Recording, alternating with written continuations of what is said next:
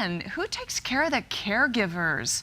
You know, sometimes in your life you are taking care of someone, and so we have experts here on that. They're going to help us find out how you take care of those people who are taking care of other people. All right, so Mary Novar, great to have you with us. You're the InHome Counseling Services and Caregiver Support Group Facilitator for Mountain Valley Regional Rehabilitation Hospital. Yes, I am. Good morning. Nice to have you on. Thank Wonderful you. asset. And also from Mountain Valley Regional Rehabilitation Hospital, Twice. Karen Russell is back with us again, our community liaison. Great to have you ladies with us. So, yeah, you don't think about this, but I mean, caregivers, it can be an incredibly difficult, exhausting job.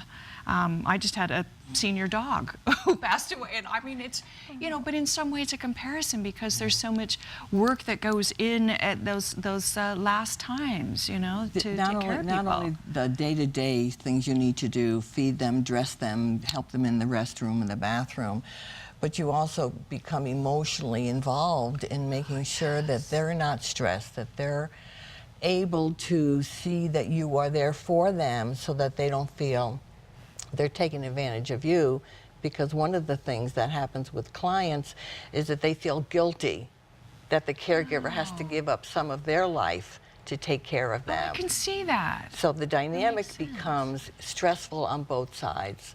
Right, So what because they're we try to grateful do- for it, but... Yes, they're grateful for it, but they're guilty with it. Sure, sure. Well, and you have a support group, and I think sometimes there's strength in numbers when you're in a situation. If you can talk to other people in the situation, it somehow helps. You learn things, and... Well, it does help. They'll listen to another caregiver and describe what's going on, and the next thing you know, you see the other people who are listening. They're nodding their head going, yeah, I feel that, or I've gone through that. So if they know they're not alone, it gives them the strength to do it again and to keep going. So caregiving is a beautiful thing. They don't always take care of themselves the way they should. So I kind of push them to remind them to make sure they take care of themselves as well. Because if the caregiver goes down, Exactly. they can't give the care to the person that we they're see taking care of. that more often than not. Yes. Yeah. Do they have like just exhaustion? I mean, how do... Yeah, it's not uncommon where the caregiver actually, they get so run down, and it's actually then they're the ones that end up in the hospital. They're the ones that end up with pneumonia. They're the one that have malnutrition or dehydration. You know, they're falling and breaking a hip. Yep. And so then, you know, they end up in the hospital and needing rehab services. So then then it adds more stress because they're worried about, well, who's taking care of my loved one, because they're actually now the one needing care. So is this one of the big fears that caregivers have, kind of that they will lapse in their ability to care for them? They push themselves beyond what they should because they had made a promise that they will be there for you. I will always be there for you. And so even at their own risk. And so we try to say to them, think a little bit about yourself, because in the long run you are helping your loved one by you staying healthy.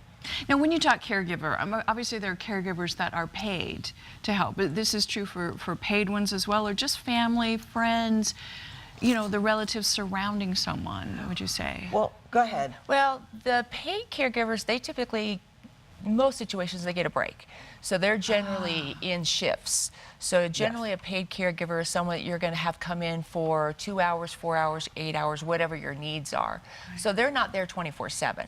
So they don't have the same stresses. They also don't, I don't think, have the same emotional buy-in that you know, a family caregiver does. But the family caregiver, they are dealing with that situation 24/7. So it's really hard for them to get a break and have any personal time. Oh, that is hard. So things that family and friends and stuff can do, you know, within a situation like this, how do they jump in and help the caregiver?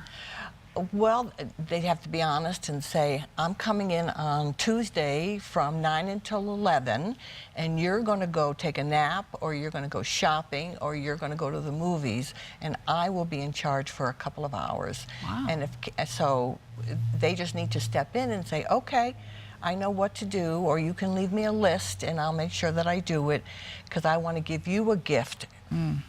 So they feel comfortable. So they feel comfortable. Like, with that. Wow. Yes. Great. Yes. Now, these support groups are over at Mountain Valley Regional Rehabilitation? Correct. Yes, we have Okay. 2. What we ended up is we started a head injury support group that was both for the survivor and the caregiver. And we really came to the realization that we weren't meeting the needs of both of those clients because they have different stresses. And also, when you're sitting with your loved one, obviously you're not going to open up and share your stresses and share the issues that you're dealing with. So I was lucky enough, fortunate enough to meet Mary, and so it allowed us to split the group. So we now have a caregiver side, and then we have a survivor side.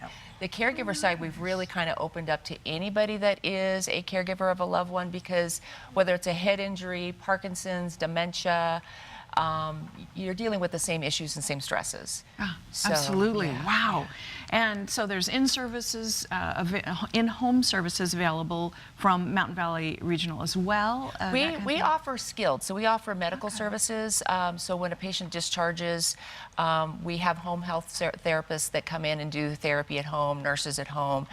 We also offer different resources. So if they need to hire supportive caregivers, because we really want to make sure we're creating a safe discharge, and if we realize that a family member cannot handle that patient 24/7, we're going to strongly encourage that they get in some additional help. I tell you, it's such a big issue because, you know, end-of-life issues and these things. Correct. And even if they're a younger person with a problem, you still got so many things. So Mountain Valley Regional Rehabilitation Hospital in Prescott Valley, a wonderful resource for our community. Thank you, Mary Novar. You're welcome.